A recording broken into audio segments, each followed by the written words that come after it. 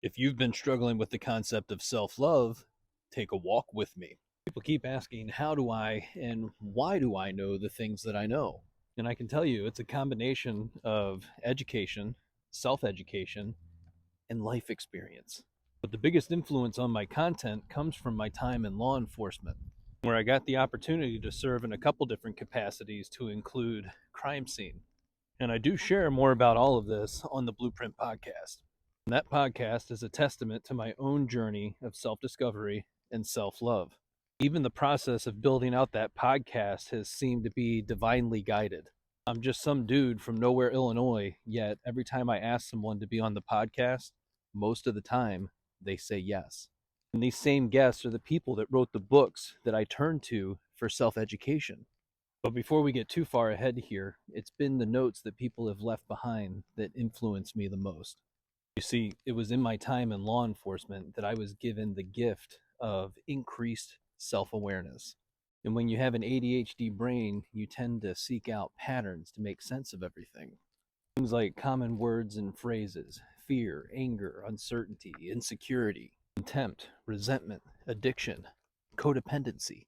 And in those notes that get left behind by people that are no longer on the planet, you hear, I'm not enough. I'll never be good enough. Or I've done something so egregious that I'm never going to be forgiven. It's in those moments that you begin to see some of the bits and pieces of your own story. All those things that you've stored and ignored for decades. Those memories that were long forgotten that all of a sudden now you have access to. All those experiences that you're having in real time bring everything flooding back. Of course, this is where therapy came in handy. I also got really lucky because I was able to find someone who was willing to have real conversations and allow me to bounce different ideas off of them. I had no need to rehash certain aspects of my childhood, but I did need to find meaning in the things that were happening right now. And you can save whatever additions you're going to make when it comes to men and therapy. It works great until it doesn't, and you recognize that you need more. And that more that you're seeking is often real life relationships with other men who are doing the things that you want to be doing in your life. I'm not dismissing therapy, so relax, but many of our problems, issues, concerns, and challenges require a multifaceted approach. An easier way to say this is that we're better together. We're better in a community with each other. When you get around the right people, you begin to discover that you hone, shape, and forge one another to be better. You're right, here it comes. And that's why I created the Antares Society. It was in that stage that I was working with a therapist that we started diving into negative self-talk and combating that, looking for the evidence to support or rebuke all the negative thoughts, feelings, and emotions that you're experiencing. Those thoughts that tell you you're not good enough, you're not smart enough, you're not capable, you'll never do this, you're not worthy of this. You will never be good enough for anyone or anything, regardless of all the accolades that you've gotten over the years. And one of those accolades for me was getting my master's degree. Education was one of those things that was never meant for me. I've done other videos on that and I talk about it on the podcast, but you get to this place where you have to retroactively allow yourself to feel the joy associated with achievement. Seek out the evidence for all the things that you did to be able to make that happen for yourself. Hard work, the sleepless nights, all the overtime that you had to work to make up for going to school in the city, all the sacrifices you made in the important events that you missed in your life, so that you can come back and tell yourself, self, I'm really proud of you. In addition to that, I'll add in that nobody really ever cares about your origin story and what it took for you to get to where you are today. So much easier for them to just ignore all the hard work that it took for you to get to where you are right now. To save themselves from their own hurt feelings, they'll sit there and say, must be nice. One of the common statements that people will make when they've had their own version of success is, I believe that I could, so I did. I just kept going and I didn't stop.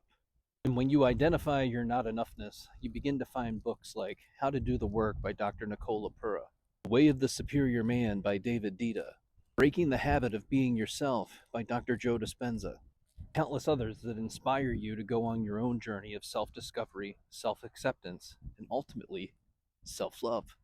I went through a 2-year period where I constantly had an audible in my ear, a podcast, or I was watching video after video after video. Discovered the Daily Stoic and journaled with that for 2 years. Ended up filling up notebook after notebook after notebook. And when you look back on those past experiences, you don't even know who that person is anymore, and the handwriting doesn't look the same either.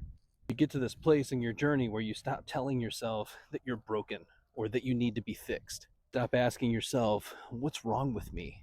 And saying things like, I can never do anything right.